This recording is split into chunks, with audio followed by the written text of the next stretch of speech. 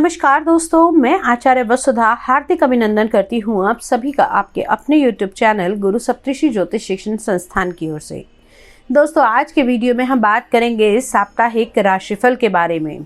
कैसा रहेगा 7 नवंबर 2022 से लेकर 13 नवंबर 2022 तक का ये सप्ताह ग्रह गोचर की दृष्टि से आपके लिए। लेकिन उससे पहले आपको ये बताना चाहूंगी कि यदि आप चैनल पर नए हैं और आपने अब तक चैनल को सब्सक्राइब नहीं किया है तो प्लीज सब्सक्राइब कर दीजिए, साथ ही साथ बेल आइकॉन को जरूर दबा दीजिए ताकि आने वाले सभी वीडियो आपको समय से मिल सके।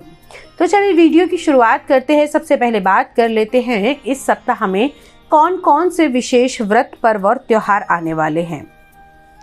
अगर हम बात करें व्रत पर्व और त्योहारों की तो 7 नवंबर को भगवान सत्यनारायण का व्रत किया जाएगा। 8 नवंबर को कार्तिक पूर्णिमा है, किंतु इसी दिन चंद्र ग्रहण भी रहेगा तो सूतक भी लगा होगा। तो पूर्णिमा की जो पूजा होगी या पूर्णिमा का जो स्नान होगा वो आप एक दिन पहले भी कर सकते हैं। अब 11 नवंबर को सौभाग्य सुंदरी व्रत रखा जाएगा। 12 नवंबर को मासिक गणेश चतुर्थी का व्रत किया जा सकता है। अब बात कर लेते हैं ग्रह गोचर परिवर्तन के बारे में।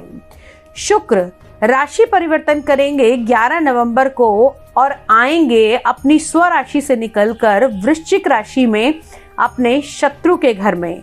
जी हाँ, साथ ही साथ 13 नवंबर को बुध भी वृश्चिक राशि में प्रवेश कर जाएंगे। अब 13 नवंबर को ही मंगल वृषभ राशि में पहुंचेंगे। जो मंगल अब तक वक्री चल रहे थे और अब वक्री होते होते वापस से वृषभ राशि में एंटर करेंगे। अब ये तो है ग्रह गोचर की स्थिति।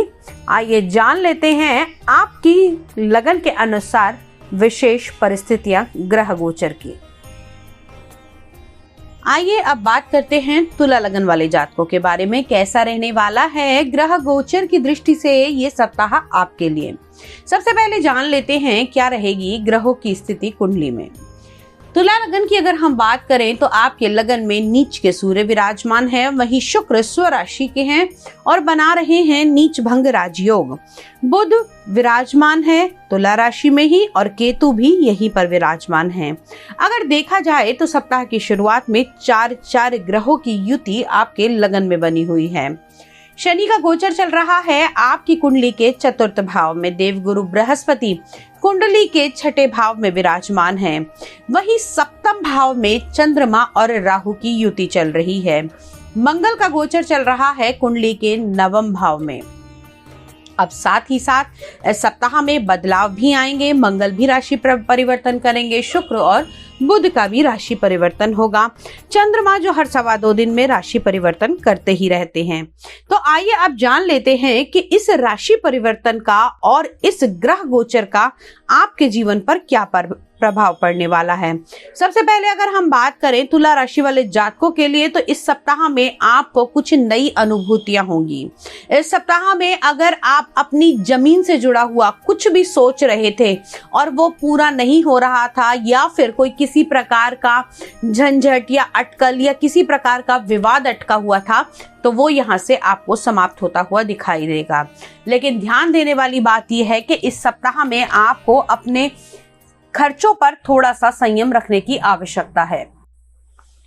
इस सप्ताह में आपके पैसे से जुड़े हुए अगर कुछ भी दिक्कतें चल रही थी तो वो सॉल्व होती हुई दिखाई देंगी। सबसे बड़ी बात इस सप्ताह में आपको आपके पेट से जुड़े हुए रोगों का बहुत अधिक ध्यान रखना होगा।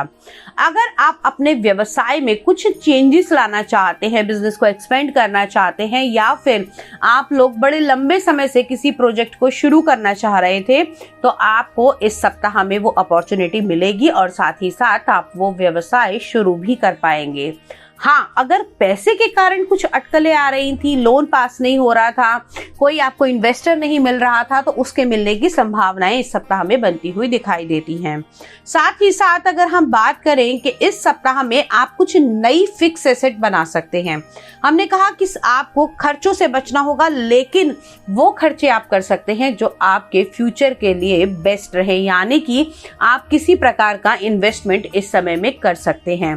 बेवजह की ब्रांडेड चीजें, बड़ी चीजें या फिर अपनी सुख सुविधाओं को देने वाली चीजों के ऊपर इस समय में बहुत अधिक एक्सपेंसेस ना करिए। इस सप्ताह में आपके मित्रों, संबंधियों, दोस्तों के साथ में भी अच्छी बनती हुई दिखाई देती है। आप किसी छोटी मोटी यात्राओं का भी आयोजन अपने साथियों के साथ कर सकते हैं। इस सप्ताह में आपको आपके परिवार का और साथ ही साथ आपके दोस्तों का पूरा सहयोग मिलता हुआ दिखाई देगा। अब बात कर लेते हैं आपके वैवाहिक जीवन के बारे में।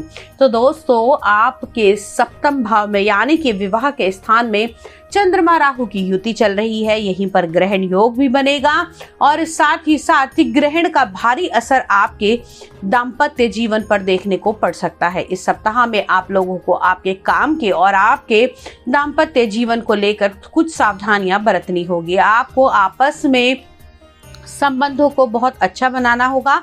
एक दूसरे की बात अगर कोई हर्ट भी कर रही है तो उसको इस समय निग्लेक्ट करके चलना होगा, चीजों को भूलना सीखना होगा, क्योंकि ऐसा हो सकता है कि इस सप्ताह में आपको छोटी सी किसी बात को लेकर लड़ाई झगड़ा बहुत अधिक बढ़ सकता है, जिससे मनमुटाव होने की संभावनाएं बन सकती हैं। अब बात करते हैं उन लोगों के लिए जो किसी प्रकार के प्रेम प्रसंगों में फंसे हुए हैं। तो दोस्तों, अगर ऐसा कुछ चल रहा है तो इस सप्ताह में आपको आपके परिवार का सहयोग थोड़ा बहुत मिल सकता है, लेकिन हाँ, मैं ये नहीं कहूंगी कि आपको पूरी तरह से हाँ मिल जाएगी। थोड़ा थोड़ा प्रयास करेंगे तो आगे बढ़ सकते हैं। साथ ही साथ आपके पार्टनर का भी आपको सहयोग मिलता हुआ दिखाई देगा। आपके जीवन में इस समय में कुछ सुख में बदलाव आएंगे और सेहत जो है वो आपकी ऊपर नीचे हो सकती है, क्योंकि साथ ही साथ यहाँ पर अगर हम देखें तो देवगुरु बृहस्पति छठे घर के अंदर बैठे हैं और कुंडली में देवगुरु बृहस्पति को बहुत अधिक महत्वता दी जाती है। तो पेट से जुड़े हुए रोग, अगर आपको कोलेस्ट्रॉल की प्रॉब्लम है तो प्लीज अपना ध्यान रखिएगा। साथ ही साथ आपके लिए बात कर लेते हैं लकी कलर और लकी नंबर की। लकी नंबर आप लोगों के लिए रहने वाला है नंबर 3 और लकी कलर आप लोगों के लिए रहेगा बेबी पिंक कलर।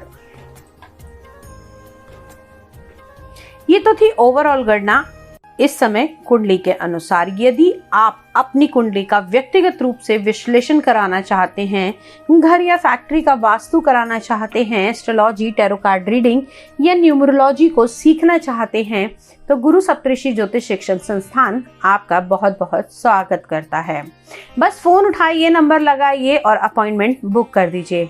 आज के वीडियो में इतना ही। अगले वीडियो में आपसे फिर से मुलाकात करूंगी, कुछ नया लेकर, कुछ इंटरेस्टिंग लेकर और आपकी और मेरी जिंदगी से जुड़ा हुआ कुछ लेकर। तब तक के लिए